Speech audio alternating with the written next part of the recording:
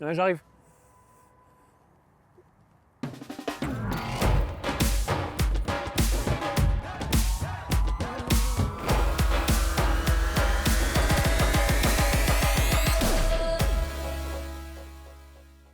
Et salut à toi très cher investisseur rentable, c'est Yann, c'est un plaisir de te retrouver aujourd'hui pour cette vidéo immobilière du jour.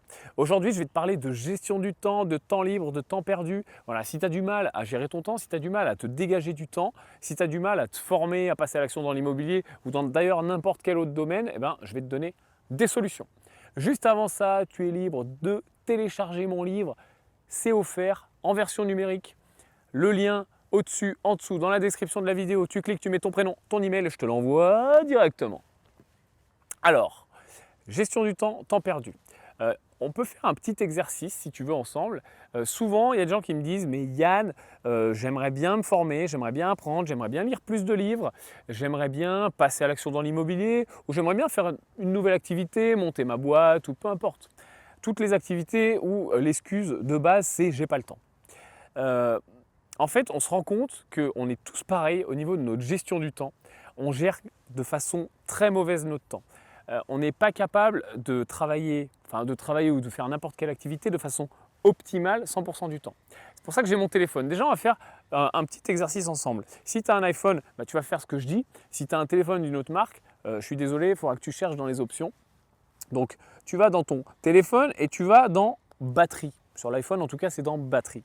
Et là, tu vas voir l'utilisation de la batterie.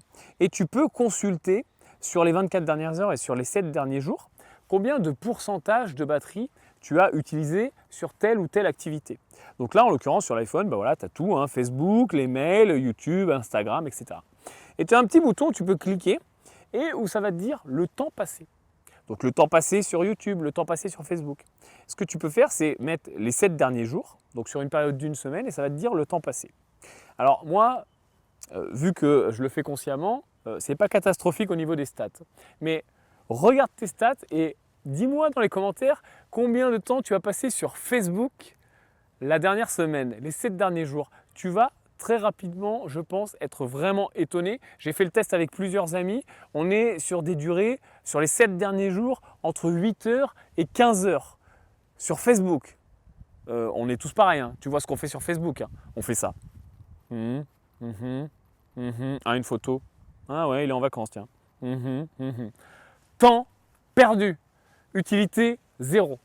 Donc déjà, si tu prends conscience de ça, et que tu élimines, je ne te dis pas d'effacer Facebook, je te dis d'éliminer ça. Consciemment, tu dis ok, je consulte Facebook, allez, une fois le matin, une fois le soir, ou pendant la pause midi, peu importe. Mais diminue ces temps perdus. 15 heures sur une semaine. Qu'est-ce qu'on peut faire en 15 heures? Alors, tu vas me dire oui, mais il y a des fois, c'est quand je me lave les dents, je suis dans mon lit. C'est pas grave, hein. Avec un Kindle, pendant que tu te laves les dents, tu peux lire un livre. Quand tu es dans ton lit, tu peux lire un livre. Donc, déjà, si tu élimines ce temps-là, tout le temps perdu sur les téléphones, sur les tablettes, à faire des trucs qui ne sont pas productifs, je ne te dis pas bien sûr, si tu travailles sur ton téléphone, etc. Oui, mais regarde vraiment les niveaux de batterie sur des trucs pas productifs. Tu vois. Typiquement Facebook. Facebook, c'est très rarement productif. Hein. Même si tu travailles avec, moi je travaille pas mal avec, on passe un temps où on travaille, mais on passe aussi un temps énorme à juste se scroller et regarder des trucs qui nous intéressent moyen. Donc là, tu vas récupérer pas mal de temps. Il y a un deuxième truc énorme, massif, qui vraiment fait une différence absolument dingue, c'est la télé. Mais la télé, il faut bannir la télé. C'est même pas, je te dis, regarde moins, etc. Tu la prends, ta télé, tu la jettes par la fenêtre. Au bout d'un moment, c'est du lavage de cerveau, il ne se passe absolument rien. Tu as des émissions de télé-réalité, tu regardes la vie des gens, mais est-ce que ça ne t'intéresse pas plutôt de construire ta vie, de la faire avancer, que de regarder la vie des gens? Surtout les mecs qui sont sur la plage en train de s'engueuler, enfin, c'est vraiment, c'est ridicule. Après, tu vas me dire les news. Ouais, mais les news, c'est pareil, c'est du lavage de cerveau. Tu regardes BFM TV, tu regardes iTélé, j'ai rien contre personne, hein, mais tu vois que du négatif en fait. Tu es baigné dans un univers toujours négatif. Mauvaise nouvelle, mort, attentat, problème politique, pot de vin, match de foot, etc. En quoi ça t'apprend des choses, en quoi ça t'aide, en quoi ça te fait avancer pour tes objectifs? Si vraiment ton envie c'est d'avancer pour tes objectifs, si tu enlèves la télé, que tu enlèves le temps perdu sur ton téléphone, sur une semaine, honnêtement, ne te mens pas à toi-même. Essaye d'estimer le temps gagné sur une semaine. Essaye d'estimer le temps gagné sur un mois, sur un an. C'est énorme. Vraiment, c'est énorme. Maintenant, ça fait plusieurs années que j'ai plus la télé. Je me rends compte déjà, de un, que j'ai beaucoup plus de temps pour des choses importantes, ne serait-ce que lire des livres, travailler plus, parler, discuter. Tu te rends compte que quand tu n'as plus de télé, tu discutes, quoi. Et ça, on l'a oublié. Tu vois, quand tu as une télé, tu es assis devant et tu es un zombie. Et puis, surtout, tu vas te rendre compte que ça ne te manquera absolument pas. Pendant 2-3 jours, tu vas être là un peu perdu. Tiens, c'est vrai, on n'a rien à faire, tu vois, on n'a pas de télécommande, on ne zappe pas. Et puis, tu vas très vite l'oublier. Tu vas vraiment très vite l'oublier. Donc, téléphone, on récupère déjà beaucoup de temps, il n'y a plus d'excuses. Je vais te donner encore une astuce qui est vraiment très puissante, très puissante. Pour se former au niveau d'un taux horaire d'une formation professionnalisante d'une fac. Vraiment des volumes de formation comme on ferait à l'école. Ça consiste à simplement se libérer, se forcer à planifier une tranche horaire tous les jours pour son auto-formation. Par exemple, tu décides, ok, tous les jours entre 18h et 18h30, c'est auto-formation. Ça peut être n'importe quand. Le matin, le soir, une fois que j'ai couché les gamins, entre 21h et 22h, peu importe. Tu choisis le temps que tu veux te donner. Ce n'est pas forcément 1 heure. Ça peut être une demi-heure, ça peut être 15 minutes, ne serait-ce que 15 minutes. 15 minutes par jour pendant une semaine. 15 minutes par jour pendant un mois, pendant un an.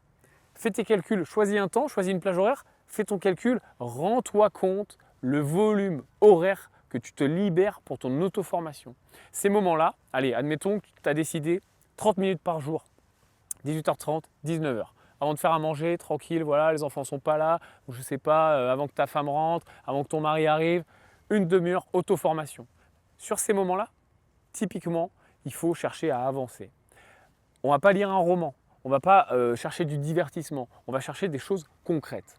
Donc, un livre concret sur quelque chose qui t'intéresse, une thématique qui t'intéresse. Ça peut être n'importe quoi, ça peut être du développement personnel, ça peut être quelque chose qui t'aide dans ton travail, quelque chose qui t'aide là où tu veux arriver, dans l'immobilier, dans le sport, peu importe. Thématique qui te fait avancer. Ça peut être un livre, ça peut être des vidéos sur YouTube, mais pas des vidéos de chats, des vidéos qui te font avancer, pas des vidéos de gens qui tombent, des vidéos qui te font avancer. Ça peut être suivre une formation, ça peut être faire un coaching, ça peut être prendre des cours, je ne sais pas, si ton objectif c'est d'être bon en musique, cours de musique, etc. Rends-toi compte la puissance de ça une fois que tu additionnes ce que tu es capable en réalité de te libérer. C'est difficile pour tout le monde, ça l'est aussi pour moi, mais vraiment, quand tu le fais, et moi je l'ai fait, et je le fais encore, tu vas vraiment halluciner à quel point tu vas très rapidement progresser beaucoup plus vite que ce que tu voulais faire et beaucoup plus loin. Donc, je te propose de le tenter, je te propose de partager dans les commentaires, est-ce que tu as encore la télé, tu n'as pas la télé? Partage ton temps là, ça m'intéresse vraiment. Combien de temps tu as passé sur les réseaux, etc., sur des trucs pas très utiles, les jeux, etc., sur la dernière semaine? Et tu vas voir que c'est hallucinant. N'aie pas honte si tu passes beaucoup de temps, c'est pas grave. Et il faut que tu sois capable de t'améliorer. C'est très bien de partir de loin, tu vas progresser encore plus vite. Partage ça dans les commentaires. Si cette vidéo t'a plu, qu'elle t'a apporté quelque chose, apporte également ton pouce à l'édifice. Tu peux suivre cette chaîne, t'abonner pour ne rien rater des conseils immobiliers. Tu es sur la chaîne des investisseurs rentables, des investisseurs qui se libèrent du temps. Et je te dis à plus.